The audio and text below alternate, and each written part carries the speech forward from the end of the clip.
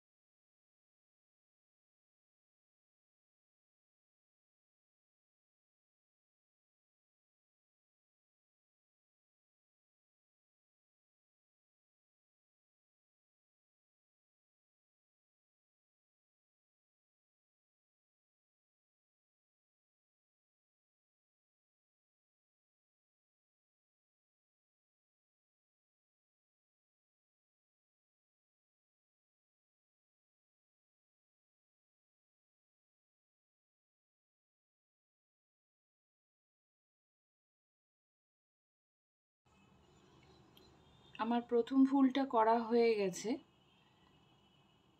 এই যে এই সুতোগুলো আমি একটু বড় বড় রেখেছি, তার কারণ হচ্ছে যাতে এই সাইডটা কোন সাইডে গিয়ে এন্ড করছি আর কোন সাইডে বুনছি, কারণ যখন ফার্স্ট রিংয়ের সঙ্গে লাস্ট রিং জয়েন হচ্ছে তখন কিন্তু এটা প্যাটার্নটা এইভাবে ঘুরে যাচ্ছে। ঠিক আছে, এইটা মার্ক হিসাবে রাখার জন্য আমি থ্রেডটা একটুখানি 1/2 ইঞ্চির মতো বড় রেখেছি। লাস্টে যখন পুরো কমপ্লিট হয়ে যাবে তখন আমি এখানগুলো কেটে ফিনিশিং দিয়ে দেবো, কারণ এই পার্টটা ভিতরের দিকে চলে যাবে, আর এটা বাইরের পার্ট, এই যে এই সাইডটা। কারণ এখন একটার পর একটা জয়েন্ট হবে এখান থেকে, আর জয়েন্ট করার সময় ভুলভাল দিকে জয়েন্টটা না করাই ভালো। সেটা মার্ক হিসাবে আমি একটুখানি থ্রেড বেশি রেখে দিয়েছি।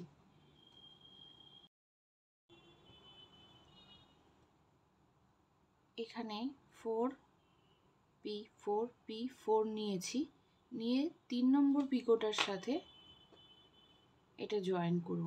এই ব্যাক সাইডটা দিয়েই আমি জয়েন করব। এইখানে এই পিকোর সাথে এটা থাকবে, এটাতে কিছু করব না, এটায় আর এটায় জয়েন করব।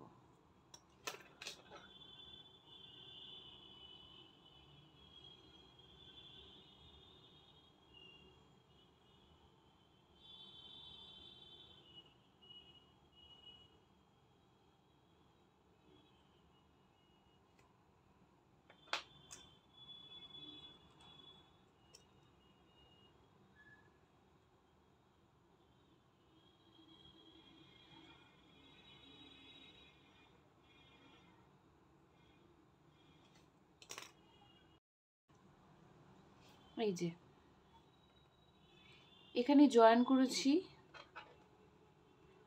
1 2 3, 3 নম্বর পিকোর সাথে জয়েন করেছি প্রথম রিংটার সাথে। আর করার পরে আবার 4 ডাবল স্টিচ করে পিকো, তারপরে আবার 4 ডাবল স্টিচ। এবার রিংটা ক্লোজ করে দেব।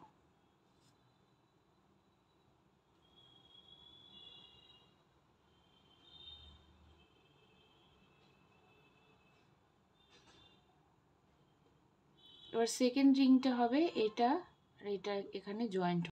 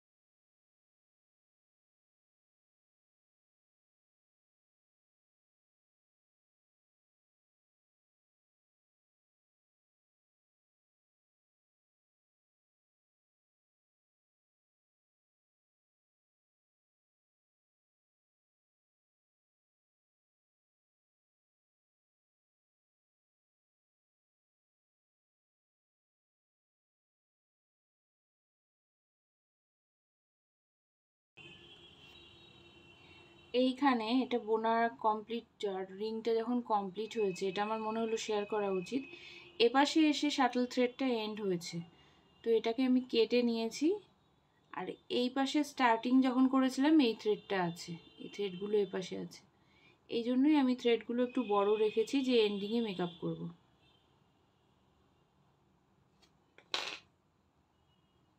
এই যে এক পাশে থ্রেড নিয়ে নেব।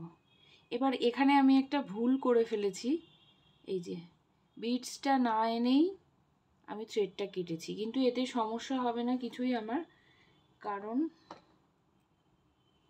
আমার কাছে এইটা রয়েছে। এই জন্যই আমি এই ওয়্যারটা খুবই ইউজ করি, এতে আমার খুব সুবিধা হয়।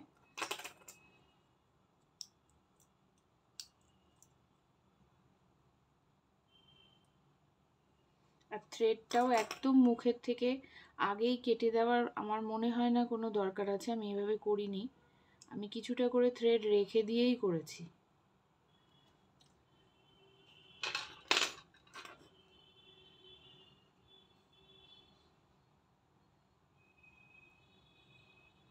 আমি এটা ভুল করে আগেই বিটসটা না দিয়ে কেটে ফেলেছিলাম। এবার এটা কমপ্লিট হয়েছে, এবার গিট দিয়ে এটাকে জয়েন করে দেবো আর গ্লু দিয়ে দেবো।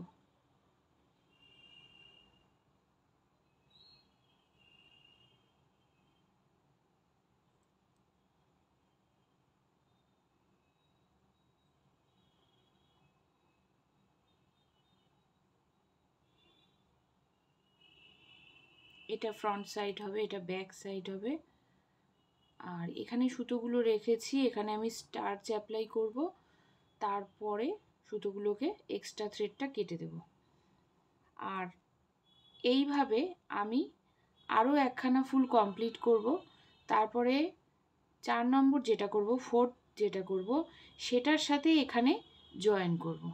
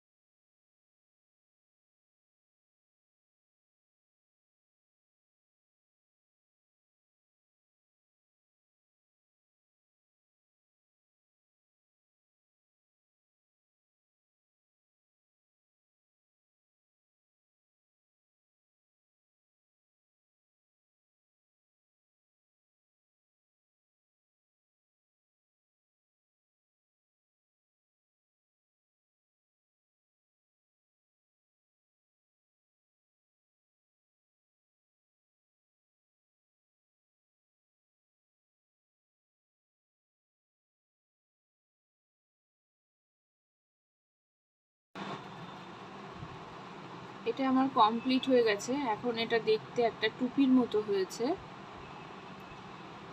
এখানে আমি গ্লু অ্যাড করে এই জায়গাটা ড্রাই করব, করে তারপরে এই থ্রেডটা কাটবো। আর এই অবস্থায় আমি এর মধ্যে স্টার্চও অ্যাপ্লাই করে নেব পুরোটাতে। স্টার্চ অ্যাপ্লাই করে এটাকে ড্রাই করে নিয়ে তারপরে এটা এরমভাবে উল্টে দেব।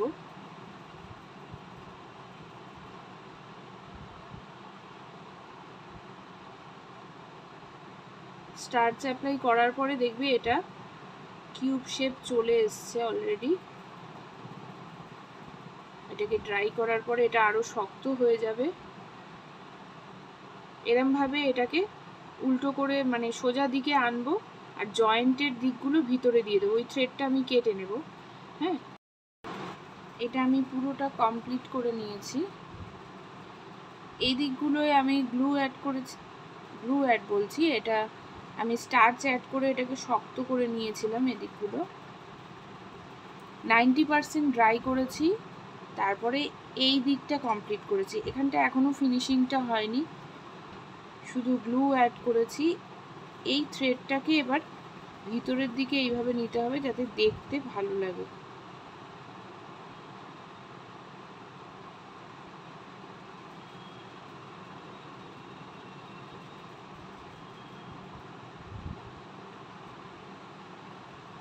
এবার এর মধ্যে শুধু এই পার্টটাতে করব, কারণ এদিকগুলো হয়ে গেছে। স্টার্চ অ্যাপ্লাই করব। এটা করব এভাবে ভিতরের দিক থেকে।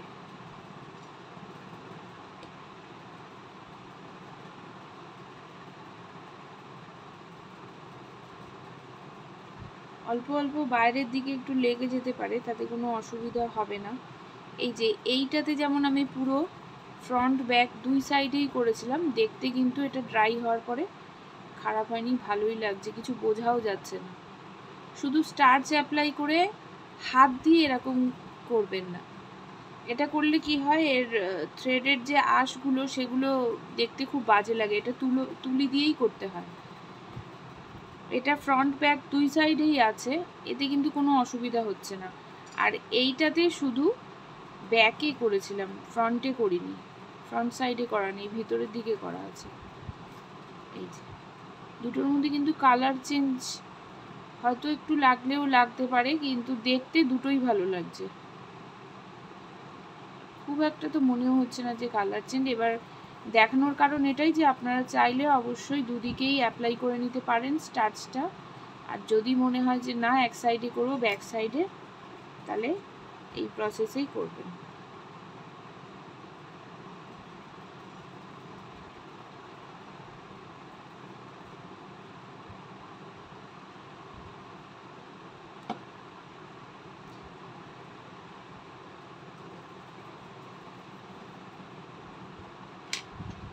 এটা করার পরে এই যে এই জায়গাগুলো চেপে যাবে এই পার্টটা করার সময়, তখন এটাকে অবশ্যই একটু চেপে নেবেন এইভাবে।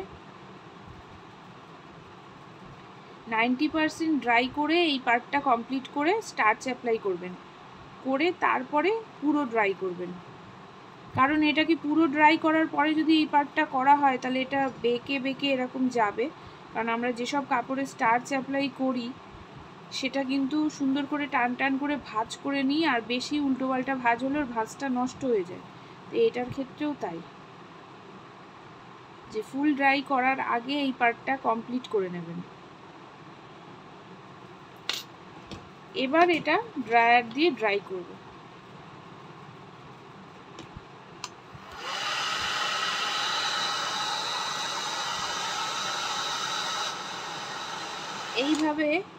এইভাবে আমি এটাকে পুরো ড্রাই করে নেব। আর করার পরে এই যে এটা যেভাবে কমপ্লিট করেছি, একটা হুক ছিল, আর আমি এই ক্রিস্টালটা দিয়েছি কেন, কারণ এই বিটসগুলোর সাথে না এটা ভাল লাগবে আমার, এই জন্যই আমি ম্যাচ করে এই ক্রিস্টালটা দিয়েছি। আর জাম্পিং ছিল একটা, এগুলো তো যারা বিগিনার্স তারা ইয়াররিং মেকিং কিট বলে অনলাইনে সার্চ করলেই পুরো কম্বো প্যাক চলে আসে, অনেক কিছু থাকে ওর মধ্যে, আলাদা আলাদাভাবে খুঁজতে হয় না। আর যারা এগুলো করেন তারা তো জানেনই, এর জন্য আমি এই পার্টটার আলাদা করে কিছু দেখালাম না। এইটাকে ড্রাই করব আর এরকমভাবে শেপ দেব, আর চেপে গেলে একটা ক্রুশ দিয়ে এইভাবে এরমভাবে এটাকে সোজা করে নিলেই হবে। সেটা কিন্তু পুরো ড্রাই হওয়ার আগেই করতে হবে, কারণ তা না হলে একবার শক্ত হয়ে গেলে ওটাকে আবার মেকআপ করা খুব মুশকিল। এই যে এটা এখনো অনেকটাই ড্রাই হবে, 10% তো ড্রাই হবেই, এদিকটা 100% ড্রাই করতে হবে। এদিকটা পুরোই শুকিয়ে গেছে, অল্প অল্প নরম আছে, যার জন্য শেপটা দিতে সুবিধা হচ্ছে। ভিডিওটা এখানেই আমি কমপ্লিট করলাম। আশা করি আমি বোঝাতে পেরেছি। এই প্যাটার্নটা বিগিনার্সদের পক্ষে খুবই ভালো। আর আমি ভিডিওর প্রথমে এটা 1.5 শাটল বলেছিলাম, 1.5 শাটল হবে না, একটা কিউব বানাবার জন্য ফুল শাটল লাগবে, আর শাটলটা একদম ভর্তি থাকতে হবে, তা না হলে কিন্তু এন্ডিংয়ে থ্রেড কম পড়ে গেলে খুব অসুবিধা। 1 শাটল পুরো ফুল নিলে একটা কিউব কমপ্লিট হবে, আর 2টো কিউব করতে গেলে 2 শাটল লাগবে। ঠিক আছে, আজকের মতো ভিডিওটা এখানেই শেষ করলাম। টাটা, সবাই খুব ভালো থাকবেন।